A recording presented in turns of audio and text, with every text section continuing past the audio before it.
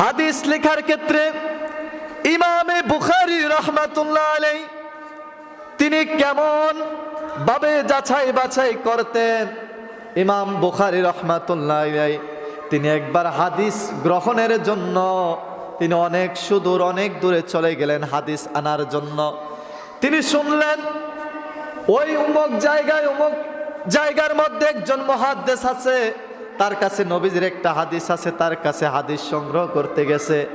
হাদিস আনার পর আমার নবীর হাদিস কিভাবে সংগ্রহ করতেন, ইমাম বুখারী রাহমাতুল্লাহি আলাইহি হাদিস সংগ্রহ করার পূর্বে তিনি কিছু কৌশল অবলম্বন করতেন।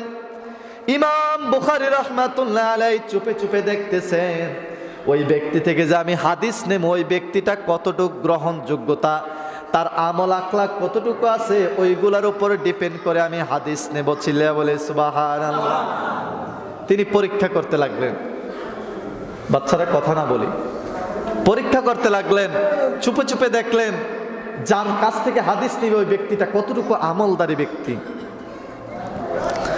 ইমাম বুখারী রাহমাতুল্লাহ আলাইহি তিনি তাকিয়ে দেখলেন ওই ব্যক্তিটা তার চাদর এভাবে চাদরটাকে এভাবে ধরে এভাবে যেন নাড়তেছে। ইমাম বুখারী তাকিয়ে দেখলেন তার চাদরটা এভাবে নাড়তেছে। যখন চাদরটা এভাবে ধরে নাড়তেছে, ইমাম বুখারী রাহমাতুল্লাহ আলাইহি তাকিয়ে রইলেন তার চাদর এভাবে কেন নাড়তেছে। ইমাম বুখারী দেখলেন তার হাত থেকে তার উটটা ছুটে গিয়েছে। আল্লাহু আকবার। তার উটটা হাত থেকে ছুটে যায়।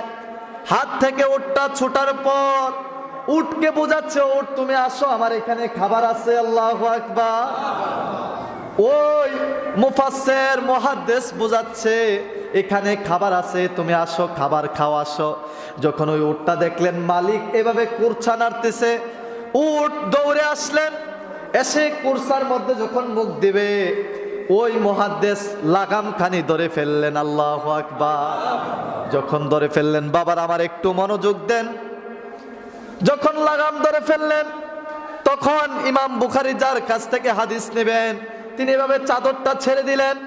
ইমাম বুখারী তাকিয়ে দেখলেন চাদরের মধ্যে কিছু নাই, কিচ্ছু দেখা যায় না চাদরের মধ্যে। তার মানে হলো ইমাম বুখারী নিজে নিজে ধারণা করে নিলেন যে ব্যক্তি খালি চাদর দিয়ে এভাবে নেড়ে নেড়ে একটা পশুর সাথে প্রতারণা করতে পারে, একটা চতুষ্পদ জন্তুকে ধোঁকা দিতে পারে, ওই ব্যক্তি আমার নবীর হাদিসকেও ধোঁকা দিতে পারে। আল্লাহু আকবার।